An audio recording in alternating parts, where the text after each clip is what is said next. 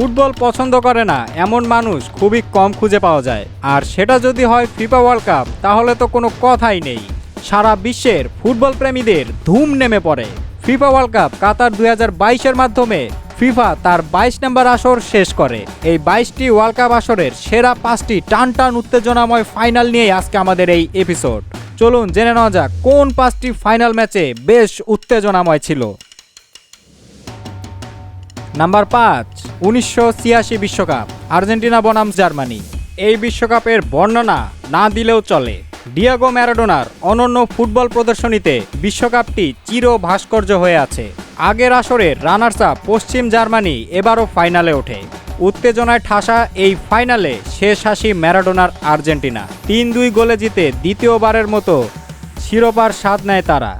Number 4, 1994 বিশ্বকাপ, Brazil বনাম Italy. যুক্তরাষ্ট্রে অনুষ্ঠিত বিশ্বকাপ দিয়ে দীর্ঘদিন অপেক্ষায় ফুরায় ব্রাজিলের। 24 বছর পর বিশ্বকাপে ফাইনালে ওঠে ব্রাজিল। ইতালিও ফাইনালের টিকিট কাটে 12 বছর পর। অপেক্ষা ফুরোতে মরিয়া দুই দলের লড়াই হয় সমানে সমানে, কিন্তু নির্ধারিত 90 মিনিট পর গোল শূন্য থেকে যায়। অতিরিক্ত সময়ে জালের ঠিকানা পায়নি কোনো দল।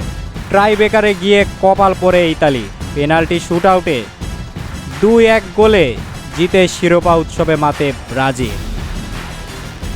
নাম্বার 3, 2014 বিশ্বকাপ, আর্জেন্টিনা বনাম জার্মানি। ব্রাজিলকে 7 আপ খাইয়ে বেশ আরামের সাথে ফাইনালে ওঠে জার্মানি।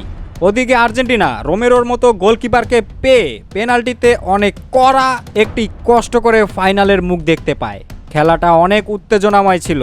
প্রথম দিকেই দুই দলের প্লেয়ার আক্রমণ ও পাল্টা আক্রমণের মধ্যে ছিল, কিন্তু প্রথম 90 মিনিটে কেউ গোল পায় না। এরপর জার্মানির জালে বল ঢুকে দেয় হিগুয়েইন। আর্জেন্টিনা ফ্যানদের বাঁধ ভাঙা উল্লাস শুরু হয়, কিন্তু এদিকে রেফারি পতাকা উঠিয়ে দাঁড়িয়েছিল যে এটি অফসাইড। ম্যাচ পেনাল্টিতে যাবার সম্ভাবনা বেড়ে যায়, কিন্তু খেলার শেষ মুহূর্তে মারিও গোটজে ব্রিলিয়ান্ট একটা গোল করে জার্মানিকে বিশ্বকাপ উপহার দেয়। নাম্বার 2, 2006 ইতালি বনাম ফ্রান্স। এই বিশ্বকাপের ফাইনালটি বিভিন্ন কারণে স্মরণীয়। এটি নিয়ে আমরা একটি ভিডিও হয়তো সামনে আনতে পারি, আপনারা কমেন্ট করে জানালেই আমরা নিয়ে আসব। এই ফাইনালে ইতালির মর্ত মাতেরাজ্জিকে মাথা দিয়ে ঠুস করে দিয়ে লাল কার্ড দেখেন জিনেদিন জিদান, যার কারণে এই বিশ্বকাপটি কেলেঙ্কারি বিশ্বকাপ নামেও পরিচিত। নির্ধারিত সময়ে দুই দলের পক্ষে দুইজনই গোল দেন। সমতা শেষ হওয়ার 90 মিনিটের পর অতিরিক্ত সময়ে একই ব্যবধান। ট্রাই ব্রেকারে ফ্রান্সকে 5-3 গোলে হারিয়ে চতুর্থবারের মতো শিরোপা জিতে নেয় ইতালি। নাম্বার 1, আর্জেন্টিনা বনাম ফ্রান্স। এই বিশ্বকাপ ফাইনালটি পূর্বের সকল বিশ্বকাপ ফাইনালকে হার মানিয়ে দেয়, কেননা এই বিশ্বকাপ ফাইনালটি সবচেয়ে রোমাঞ্চকর এবং টুইস্ট দিয়ে ভরপুর।